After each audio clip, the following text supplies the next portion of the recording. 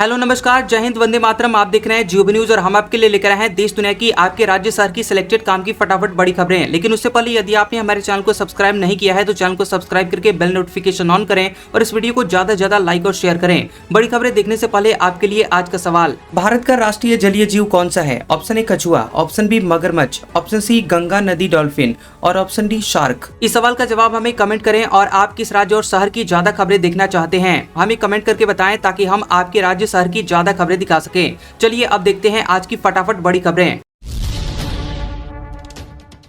NCERT किताब विवाद, supreme court ने 2 महीने पुराना आदेश बदला। करप्शन इन जुडिशरी चैप्टर लिखने वाले नहीं हटाए जाएंगे, कहा केंद्र और राज्य फैसला करे। एनसीईआरटी बुक में न्यायपालिका में भ्रष्टाचार चैप्टर पर हुए विवाद पर सुप्रीम कोर्ट ने 2 महीने पहले दिया गया फैसला बदल दिया है। 11 मार्च को सुप्रीम कोर्ट ने आदेश दिया था कि जिन 3 शिक्षाविदों ने विवादित हिस्सा लिखा उन्हें हटा दिया जाए और दोबारा काम न दिया जाए। अब शुक्रवार को तीनों शिक्षाविदों की याचिका पर कोर्ट ने आदेश बदलते हुए कहा कि केंद्र, राज्य, यूनिवर्सिटी और सरकारी फंड पाने वाले संस्थान इस मामले में खुद फैसला करें। शुभेंदु अधिकारी बोले, अवैध बांग्लादेशियों को सीधे बीएसएफ को सौंपेंगे, कोर्ट में पेशी नहीं होगी। अवैध प्रवासियों को सीएए से नागरिकता का हक नहीं।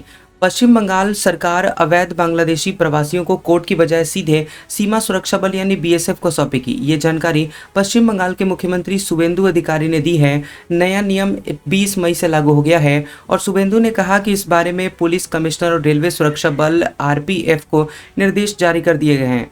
नए नियम के मुताबिक जो लोग अवैध प्रवासी पाए जाएंगे और नागरिकता संशोधन कानून सीए के तहत नागरिकता पाने के हकदार नहीं होंगे। सुप्रीम कोर्ट बोला, माता पिता आईएएस तो बच्चों को आरक्षण क्यों? क्रीमी लेयर के बच्चे रिजर्वेशन लेते रहे तो इससे कभी नहीं निकल पाएंगे। सुप्रीम कोर्ट ने सरकारी नौकरी में क्रीमी लेयर के कैंडिडेट के आरक्षण लेने पर चिंता जताई। कोर्ट ने कहा कि अगर माता पिता दोनों आईएएस अफसर हैं तो उनके बच्चों को आरक्षण क्यों मिलना चाहिए? शिक्षा और आर्थिक सशक्तिकरण के साथ साथ सामाजिक गतिशीलता भी आती है और ऐसे में अगर संपन्न बच्चों के लिए फिर से आरक्षण मांगा जाए तो हम कभी भी इस चक्र से बाहर नहीं निकल पाएंगे। जस्टिस बीवी नागरत्ना और जस्टिस उज्जवल भुइया के बेंच ने ये कमेंट तब किया जब वे कर्नाटक हाईकोर्ट के एक फैसले के खिलाफ दायर याचिका पर सुनवाई कर रहे थे। नीट का पेपर 5 राज्यों में बिका, महाराष्ट्र में सबसे ज्यादा, राजस्थान दूसरे नंबर पर। सीबीआई पेपर खरीदने वाले पेरेंट्स की लिस्ट बना रही है। सीबीआई जांच में खुलासा हुआ है कि नीट का पेपर 5 राज्यों में बिका था और सबसे ज्यादा बिक्री महाराष्ट्र में हुई और दूसरा नंबर राजस्थान का है। एजेंसी के अधिकारी ने बताया कि अब तक गिरफ्तार हुए आरोपियों से पूछताछ और डिजिटल गैजेट्स खंगालने के बाद ये जानकारी सामने आई है।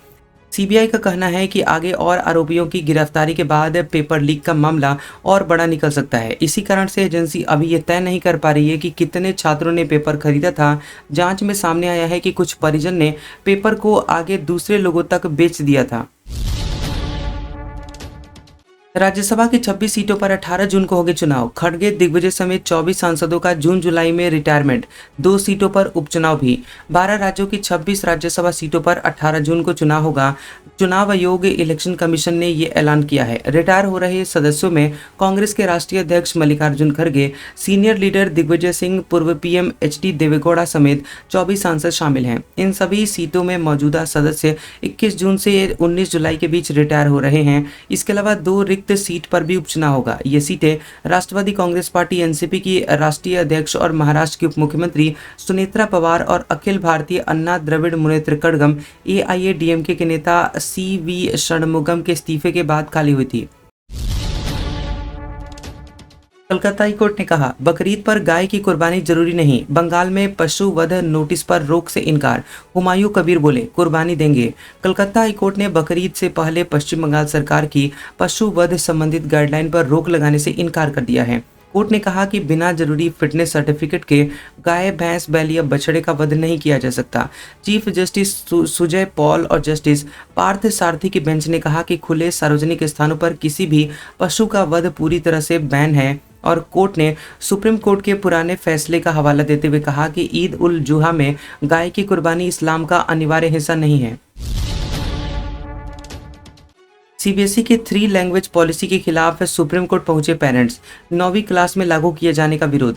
जस्टिस जॉय माल्या बागची की बेंच करेगी सुनवाई। सुप्रीम कोर्ट में सीबीएसई की 3 लैंग्वेज पॉलिसी को 19 लोगों के ग्रुप ने चुनौती दी है, जिसमें स्टूडेंट्स, पेरेंट्स और टीचर्स शामिल हैं। ये याचिका क्लास 9वीं में 3 लैंग्वेज पॉलिसी लागू किए जाने के विरोध में दायर की गई है।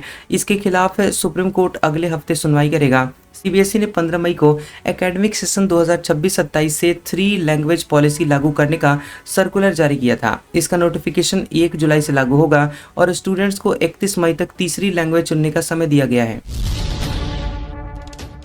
पाकिस्तान बांग्लादेश सीमा पर स्मार्ट बॉर्डर सुरक्षा सिस्टम लागू होगा। ड्रोन, रडार, स्मार्ट कैमरे लगाए जाएंगे। शाह बोले, हर अवैध घुसपैठिए को देश से बाहर निकालेंगे।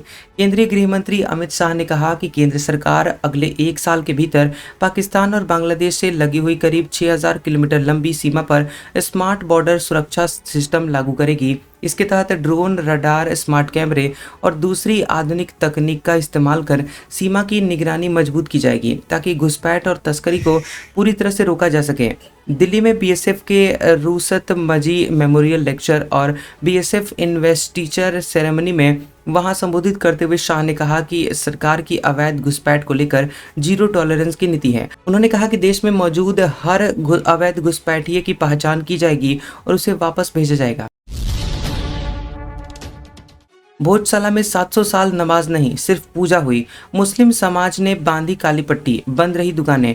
धार में 2000 पुलिसकर्मी तैनात। मध्य प्रदेश के धार स्थित भोजशाला में करीब 700 साल बाद परिसर में नमाज नहीं, सिर्फ पूजा हुई है। भोज उत्सव समिति ने शुक्रवार को वाग्देवी की प्रतिमा स्थापित कर दर्शन पूजन कराया। मंदिर में सुबह से बड़ी संख्या में भीड़ उमड़ी थी और वाग्देवी मंदिर में कारसेवकों के परिजनों का सम्मान भी किया गया। मध्य प्रदेश हाईकोर्ट की इंदौर बेंच ने 15 मई को भोजशाला को मंदिर घोषित किया था। मुस्लिम समाज ने फैसले के विरोध में काली पट्टी बांधकर नमाज अदा की, अपनी दुकानें भी बंद रखी। वहीं सुरक्षा के लिए करीब 2000 पुलिसकर्मी तैनात किए गए थे और सोशल मीडिया पर भी कड़ी निगरानी रखी जा रही थी। पीएम को झालमुड़ी खिलाने वाले को पाकिस्तान और बांग्लादेश से मिल रही धमकियां। वीडियो कॉल में कहा, दुकान बम से उड़ा देंगे, हथियार भी दिखाएं। पश्चिम बंगाल के झाड़ग्राम में झालमुड़ी बेचने वाले विक्रम कुमार को जान से मारने की धमकियां मिल रही हैं। विक्रम की दुकान से प्रधानमंत्री नरेंद्र मोदी ने पश्चिम बंगाल चुनाव प्रचार के दौरान झालमुड़ी खरीदकर खाई थी। इस घटना के बाद विक्रम कुमार चर्चा में आ गए थे। विक्रम ने बताया कि उन्हें पाकिस्तान और बांग्लादेश से फोन कॉल आ रहे हैं। कॉल करने वाले लोग उनकी दुकान उड़ाने की धमकी दे रहे हैं। विक्रम ने बताया कि एक वीडियो कॉल में कुछ लोग उसे हथियार भी दिखा रहे थे। इसके चलते वे और उनका परिवार काफी तनाव में है। एक्ट्रेस ट्विशा का पति जबलपुर पुलिस की हिरासत में सरेंडर करने पहुंचा था। डेड बॉडी का दोबारा पोस्टमार्टम करेगी दिल्ली एम्स की टीम। सीबीआई जांच को मिली मंजूरी। Actress model Twisha Sharma case में आरोपी पति समर्थ सिंह को जबलपुर पुलिस ने हिरासत में ले लिया है। वह शुक्रवार शाम को जिला कोर्ट में सरेंडर करने पहुंचा था। समर्थ को वकीलों के कैबिन में रखा गया है। अब वहीं ट्विशा के पिता नवनिधि शर्मा के वकील अनुराग श्रीवास्तव ने बताया कि समर्थ कोर्ट नंबर 32 के अंदर मास्क लगाकर बैठा हुआ था, जो जिला एवं सत्र न्यायाधीश का कोर्ट रूम है। उन्होंने सवाल उठाते हुए कहा कि आखिर किस अधिकार के तहत उसे उस कमरे में बैठने की अनुमति दी गई थी। दिल्ली दंगे के आरोपी उमर को 3 दिन की जमानत। मां के इलाज के लिए केवल अस्पताल जाने की परमिशन। 7 साल से जेल में है। दिल्ली हाई कोर्ट ने दिल्ली दंगा साजिश मामले में 7 साल से जेल में बंद आरोपी उमर खालिद को 3 दिन की अंतरिम जमानत दी है। जमानत 1 जून सुबह 7 बजे से 3 जून शाम के 5 बजे तक प्रभावी रहेगी। खालिद को इसके लिए 1 लाख रुपए का निजी मुचलका भरना होगा। हाईकोर्ट ने कहा कि उमर को पहले भी पारिवारिक कार्यक्रमों के लिए अंतरिम जमानत मिल चुकी है। उन्होंने अदालत की शर्तों का पालन किया था और वह इस मामले में मुख्य साजिशकर्ताओं में से एक है, लेकिन उनकी मां की मेडिकल स्थिति को देखते हुए सहानुभूतिपूर्वक दृष्टिकोण अपनाया गया। दुनिया के सबसे गर्म 22 शहरों में सभी भारत के, इनमें यूपी के 13 शहर, 35 शहरों में रात में भी गर्म हवाएं चली। देश को अगले 3 दिन तक गर्मी से राहत के आसार नहीं है। एक्यूआई वेदर के मुताबिक शुक्रवार दोपहर 3 बजे दुनिया के 22 सबसे गर्म शहरों में पारा 47 डिग्री सेल्सियस से ज़्यादा रिकॉर्ड किया गया। ये सभी शहर भारत के हैं और इनमें 13 शहर उत्तर प्रदेश के हैं। ओडिशा का बोलांगीर और बिहार का सासाराम सबसे ज़्यादा गर्म रहा। भारतीय मौसम विज्ञान विभाग के मुताबिक देश के 35 शहरों में गुरुवार को रात का पारा 30 डिग्री सेल्सियस से ऊपर दर्ज किया गया था। बिहार के पटना और गया जी में गर्मी के कारण 22 से 26 मई तक 5वीं तक के स्कूल बंद कर दिए गए। वहीं मधेपुरा और सहरसा में गुरुवार को बिजली गिरने से 3 लोगों की जानें चली गई। पंजाब सरकार ने सरकारी दफ्तरों और स्कूलों का समय बदल दिया है और अब दफ्तर और स्कूल सुबह 7:30 बजे खुलेंगे और दोपहर 1:30 बजे बंद हो जाएंगे। कॉकरोच जनता पार्टी फाउंडर बोले शिक्षा मंत्री धर्मेंद्र प्रधान इस्तीफा दें। अभिजीत के माता पिता बोले 2 रातों से नहीं सोए, डर है कि बेटा गिरफ्तार ना हो जाए। कॉकरोच जनता पार्टी के फाउंडर अभिजीत दीपके शुक्रवार को सोशल मीडिया पेज बनाने के 7 दिन बाद अपनी पहली ऑनलाइन पिटीशन लेकर आए और इसमें उन्होंने नीट पेपर लीक मामले में शिक्षा मंत्री धर्मेंद्र प्रधान के इस्तीफे की मांग की है। दीपके ने एक्स पर वीडियो पोस्ट किया। उन्होंने कहा कि आज हम एक पिटीशन शुरू करने जा रहे हैं जिसमें शिक्षा मंत्री के इस्तीफे की मांग है। आप सब लोग ज्यादा से ज्यादा इस पिटीशन पर साइन कीजिए ताकि सिस्टम की गलती पर सवाल उठ सके। अभिजीत ने कॉकरोच जनता पार्टी सीजेआई सूर्यकांत की टिप्पणी के विरोध में बनाई है और सीजेआई ने 15 मई को सुनवाई के दौरान कुछ बेरोजगारों को कॉकरोच कहा था। योगी बोले बेटियों को छेड़ा तो यमराज टिकट काटेंगे। माफिया मिट्टी में मिले, गुंडे भाग गए। देवरिया में 655 करोड़ के प्रोजेक्ट शुरू किए। सीएम योगी ने देवरिया में समाजवादी पार्टी पर जमकर हमला बोला। उन्होंने कहा कि इन लोगों ने विकास को बाधित किया और जनता का शोषण किया। चेहरा देखकर योजनाओं का लाभ देते थे, अपने परिवार का पेट भरते थे, लूट मचा रखी थी। आज ऐसा कुछ नहीं है। माफिया मिट्टी में मिल गए, गुंडे पलायन कर गए और जिसने जनता जनार्दन की आंख दिखाने का उन्हें प्रयास किया वो अपने आप ही यमराज के घर सिधार गए। महिला रोजगार योजना की दूसरी किस्त इसी महीने जारी होगी। मंत्री श्रवण कुमार ने किया ऐलान।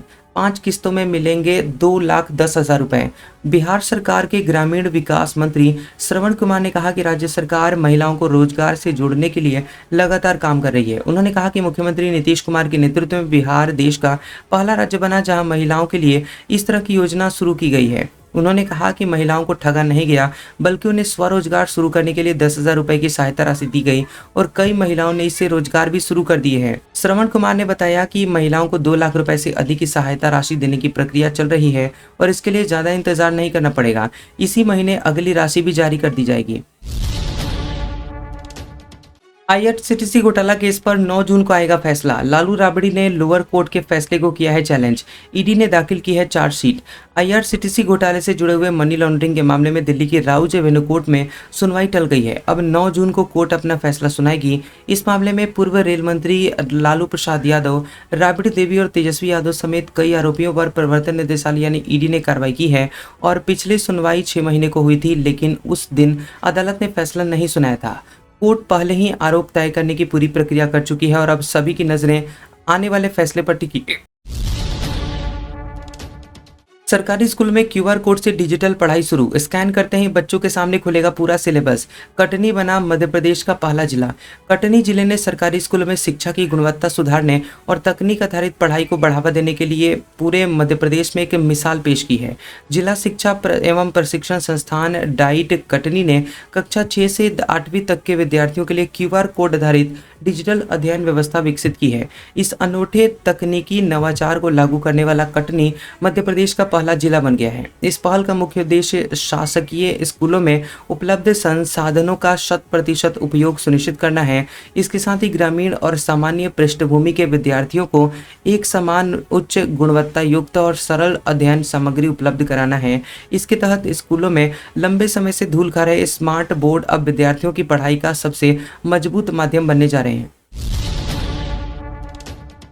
पेट्रोल डीजल 4 रुपए महंगा हुआ तो 1,000 रुपए तक बढ़ गया घर का खर्चा। बिहार में सोना, दूध, खाना और एलपीजी सब महंगा। बता दें कि ईरान संकट से अभी और बढ़ने वाली है महंगाई।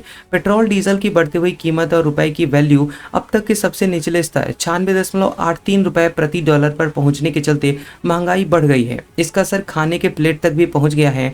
औसतन हर परिवार पर करीब 1,000 रुपए महीने का खर्चा बढ़ा है। वहीं चावल, दाल, दूध से लेकर के तेल तक की कीमतें बढ़ी हैं। डीजल की कीमत बढ़ने से माल ढुलाई बढ़ी है और इसे आने वाले दिनों में और कीमतें बढ़ने की संभावना है।